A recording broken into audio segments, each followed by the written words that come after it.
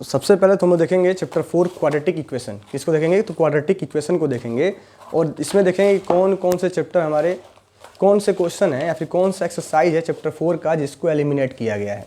तो चैप्टर 4 में बताया गया था कि जो सिचुएशन बेस्ड प्रॉब्लम है उनको चैप्टर 4 से एलिमिनेट किया गया है। ये कहने का मतलब कि आप अपने बुक को ओपन कर लें और क्वेश्चंस को मार्क करें। हमें एक्सरसाइज 4.1 में क्वेश्चन नंबर 4 को पढ़ना है। क्वेश्चन नंबर 4 हमारा क्या है?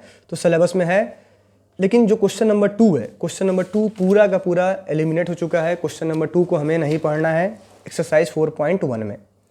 क्वेश्चन नंबर 2 को हमें नहीं पढ़ना है, ठीक है। ये आपका एनसीईआरटी का पेज नंबर 73 है। एक्सरसाइज 4.1 आपका सिलेबस में क्वेश्चन नंबर 1 सेकेंड टर्म में है और क्वेश्चन नंबर 2 सेकेंड टर्म में नहीं है एक्सरसाइज 4.1 का। देन है solution of quadratic equation by factorisation, यानी कहने का मतलब। और अगर एग्जाम्पल की बात करें तो एक्सरसाइज 4.1 में जो आपका एग्जाम्पल है, सभी के सभी एग्जाम्पल आपके सिलेबस में है, उनको पढ़ना है। देन एक्सरसाइज 4.2 में हमें जो पहला जो एक्सरसाइज की अगर हम बात करते हैं एक्सरसाइज 4.2 की, तो जो क्वेश्चन नंबर 1 है इसको सॉल्व करना ये हमारे कोर्स में है, हमारे सिलेबस में है। लेकिन क्वेश्चन नंबर 2 से लेकर के क्वेश्चन नंबर 6 तक हमारे सिलेबस में नहीं है। इनको एलिमिनेट कर दिया गया, इनको सॉल्व नहीं करना है क्योंकि ये वर्ड प्रॉब्लम है। क्या है? तो वर्ड प्रॉब्लम है। और अगर हम एग्जाम्पल की बात करें तो एग्जाम्पल नंबर 3 आपके सिलेबस में है, एग्जाम्पल नंबर 5 भी सिलेबस में है, एग्जाम्पल नंबर 4 भी सिलेबस में है, ठीक है। एग्जाम्पल नंबर 6 सिलेबस में नहीं है, ठीक है। एग्जाम्पल नंबर 6 हमें पढ़ने की ज़रूरत नहीं है।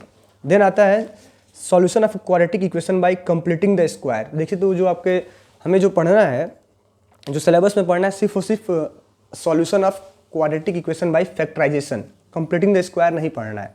लेकिन अगर हम कुछ एक्सरसाइज की बात करें कौन कौन से क्वेश्चन एक्सरसाइज में हैं, तो जो आपका एक्सरसाइज 4.3 में है, 4.3 इसमें दे रखा है कि कंप्लीटिंग द स्क्वायर। तो एक्सरसाइज 4.3 का क्वेश्चन नंबर 1 आपके सिलेबस में नहीं है। क्वेश्चन नंबर 2 आपके सिलेबस में है क्योंकि यहाँ बोला गया है by using the quadratic formula, तो ये आपके सिलेबस में है क्वेश्चन नंबर 2, ठीक है। देन क्वेश्चन नंबर 3 भी आपके सिलेबस में है एंड क्वेश्चन नंबर 4 से लेकर के क्वेश्चन नंबर 10 तक ये आपके सिलेबस में नहीं है एक्सरसाइज 4.3 में। क्वेश्चन नंबर 4 से लेकर के क्वेश्चन नंबर 11 तक आपके सिलेबस में नहीं है, इसको आप मार्क कर लें, ठीक है। ये सारे क्वेश्चन क्या है? सिलेबस में नहीं है। 4, 5, 6, 7, 8, 9, 10, 11 ये सिलेबस में नहीं है। देन एक्सरसाइज आता है 4.4 जो कि आपका आखिरी एक्सरसाइज है। ये पूरा का पूरा कंप्लीट एक्सरसाइज काफ़ी इंपॉर्टेंट है और इससे डेफिनेटली काफ़ी अच्छे क्वेश्चंस पूछे जाएंगे सेकेंड टर्म एग्जाम में।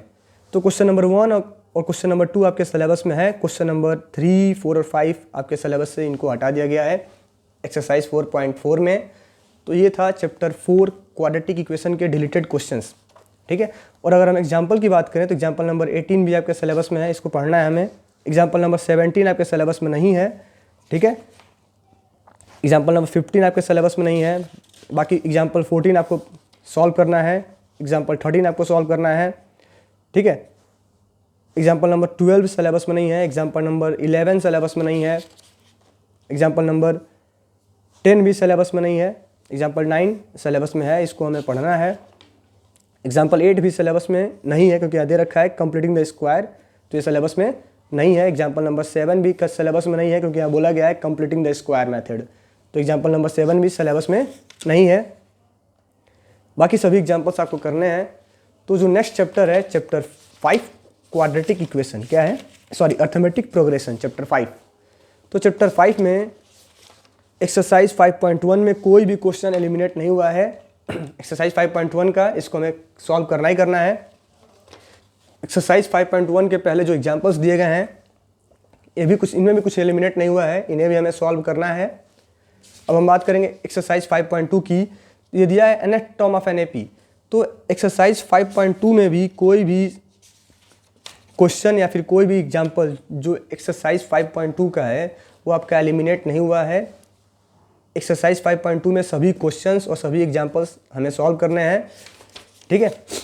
अब दिन आता है एक्सरसाइज 5.3। तो हमें जो सॉल्व नहीं करना है एक्सरसाइज 5.3 में वह है ऐसे प्रॉब्लम्स जो डेली लाइफ पे बेस्ड हैं और सम ऑफ एपी पे हैं, उन्हें हमें सॉल्व नहीं करना है। यानी कहने का मतलब कि एक्सरसाइज 5.3 में क्वेश्चन नंबर 15 से लेकर के क्वेश्चन नंबर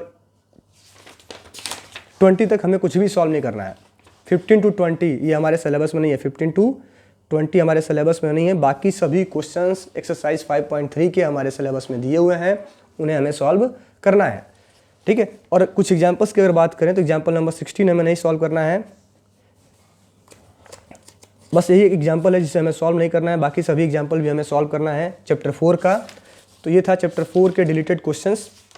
इसमें ऑप्शनल एक्सरसाइज भी दिया है, तो ऑप्शनल एक्सरसाइज में क्वेश्चन 1, 2 और 3 हमें सॉल्व करना है, बाकी कोई क्वेश्चन सॉल्व नहीं करना है, क्वेश्चन नंबर 1, 2 एंड 3।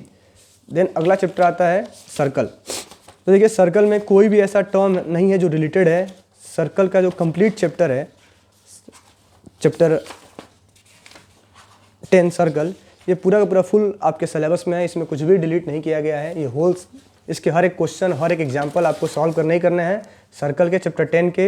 एंड अगला है अब some application of trigonometry chapter 9, इसमें भी कुछ भी डिलीटेड नहीं है, इसे भी हमें सॉल्व करना है, ठीक है। बस इसमें क्या बोला गया है कि वैसे प्रॉब्लम आपसे नहीं पूछे जाएंगे जिनके एंगल 90 डिग्री से बड़े हों, यानी कि हमें सिर्फ और सिर्फ एक्यूट एंगल वाले प्रॉब्लम ही सॉल्व करने हैं, एक्यूट एंगल वाले। तो इसमें कोई भी एक्सरसाइज, कोई भी ऐसा एग्जाम्पल या फिर एक्सरसाइज का क्वेश्चन नहीं दिया गया है जो डिलीटेड है। तो चैप्टर 9 तो आपको कंप्लीट सॉल्व करना है, और चैप्टर 10 इसमें कुछ भी डिलीट नहीं किया गया है। देन आता है कंस्ट्रक्शन चैप्टर 11। तो चैप्टर 11 में हमें 11.1 का सिर्फ और सिर्फ क्वेश्चन नंबर 1 पढ़ना है, बाकी कुछ नहीं पढ़ना है। 11.1 में सिर्फ और सिर्फ क्वेश्चन नंबर 1 आपके टर्म 2 एग्जाम में है, और ये जो क्वेश्चंस हैं 2 to 7 इनको डिलीट कर लिया गया है। क्वेश्चन नंबर 2 to 7 इनको हमें नहीं सॉल्व करना है एक्सरसाइज 11.1 के। देन आता है एक्सरसाइज 11.2। तो ये कंप्लीट एक्सरसाइज आपके सिलेबस में है, एक्सरसाइज 11.2 कंप्लीट आपके सिलेबस में है, इसमें से कुछ भी डिलीट नहीं किया गया है एक्सरसाइज 11.2 में से, ठीक है। देन बात करेंगे हम अपने अगले चैप्टर के सरफेस एरिया एंड वॉल्यूम। तो सरफेस एरिया एंड वॉल्यूम में इसमें हमें दिया गया है कि इसके सिलेबस में बोला गया है कि हमें सिर्फ उन्हीं शेप्स को पढ़ना है जो जिनको दो शेप से दो फिगर कंबाइन करके जिनको बनाया गया है। जैसे ये फिगर है तो नीचे सिलेंडर है, ऊपर कोन है, तो जिनमें दो फिगर का कॉम्बिनेशन है उस टाइप के ही क्वेश्चन आपसे पूछे जाएंगे। और आपके एनसीईआरटी बुक में सिर्फ और सिर्फ दो फिगर को ही कंबाइन करके क्वेश्चन बनाया गया है, तो इसलिए मैं कहूँगा कि सरफेस एरिया एंड वॉल्यूम में आपका कोई भी एक्सरसाइज का क्वेश्चन या फिर एग्जाम्पल इसको डिलीट नहीं किया गया है। बस सिर्फ और सिर्फ हमें क्या करना है, तो एक्सरसाइज जो 3.4 है फ्रस्टम वाला, फ्रस्टम ऑफ कोन, जो एक्सरसाइज 13.5 है, इसको हमें नहीं पढ़ना है, इसको हमें छोड़ देना है। इसको क्या कर दिया गया, तो इसको हटा लिया गया है। एक्सरसाइज 13.5 को हमें कंप्लीटली इसको रिमूव कर दिया गया है, ये हमारे सिलेबस में नहीं है टर्म 2 के लिए।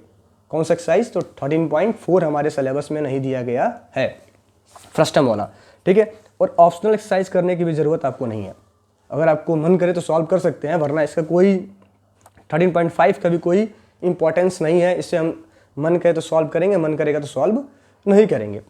देन आता है चैप्टर स्टैटिक्स। तो देखिए हमें इसमें स्टैटिक्स में 3 चीज़ें पढ़नी होती हैं, मीन, मीडियन एंड मोड। तो मीन को सॉल्व करने के 3 तरीके होते हैं। एक होता है शॉर्टकट, एक होता है डायरेक्ट मेथड, और एक होता है स्टेप डेविएशन। तो हमें सिर्फ इन दोनों के क्वेश्चन सॉल्व करने हैं। स्टेप डेविएशन हमारे सिलेबस में नहीं है, स्टेप डेविएशन मेथड हमारे सिलेबस में नहीं है, तो हमें स्टेप डेविएशन मेथड को सॉल्व करने की ज़रूरत नहीं है। यानी कहने का मतलब इसमें आपका कोई भी एक्सरसाइज डिलीट नहीं है, सिर्फ और सिर्फ एक मेथड डिलीट किया गया है, कोई क्वेश्चन भी डिलीट नहीं किया गया है। जैसे अगर बात किया जाए तो जो ये क्वेश्चन है आपका, यहाँ बोला गया है कि सॉल्व बाय स्टेप डेविएशन, इसको बोला गया है कि सॉल्व बाय स्टेप डेविएशन। तो ठीक है, हम इसको स्टेप डेविएशन से नहीं करके हम इसको डायरेक्ट मेथड से भी सॉल्व कर सकते हैं। यानी कहने का मतलब कि क्वेश्चन डिलीट नहीं है, सिर्फ और सिर्फ क्या डिलीट किया गया है, एक पर्टिकुलर तरीका डिलीट किया गया है। तो हम अपने किसी भी क्वेश्चन को इस प्रोसेस से नहीं सॉल्व करेंगे, लेकिन स्टैटिक्स का हर एक क्वेश्चन तीनों मेथड से, जो 3 मेथड आपको दिए गए हैं, इन तीनों मेथड से सॉल्व किया जा सकता है। तो हमें बस क्या करना है कि डायरेक्ट मेथड वाले और शॉर्टकट मेथड वाले क्वेश्चन को सीख लेना है। जहाँ भी आपको स्टेप डेविएशन लिखा गया होगा उसको हमें एलिमिनेट कर देना है, ठीक है। तो यानी कहने का मतलब कि एक्सरसाइज 14.1 में सिर्फ और सिर्फ वह क्वेश्चन डिलीट किए गए हैं जहाँ क्या लिखा हो बाय स्टेप डेविएशन। तो उस पर्टिकुलर क्वेश्चन को आप चाहें तो डायरेक्ट मेथड से सॉल्व कर सकते हैं। देन आता है मोड, तो मोड में कुछ भी डिलीट नहीं है, मोड हमें कंप्लीट पढ़ना है। उसके बाद से आता है मीडियन, तो मीडियन में भी कुछ डिलीट नहीं है, मीडियन भी हमें कंप्लीट पढ़ना है। तो ये थे आपके एनसीईआरटी के डिलीटेड पोर्शंस, और मैं आप सभी को रिकमेंडेड करूंगा कि आप हर एक क्वेश्चन को सॉल्व करें, यह ना सोचें कौन सा डिलीट है कौन सा डिलीट नहीं है, क्योंकि अगर आपको अच्छा स्कोर करना है तो आपको सब कुछ पता होना चाहिए। ठीक है, आपके आगे वो काम आ जाएगा। Thank you.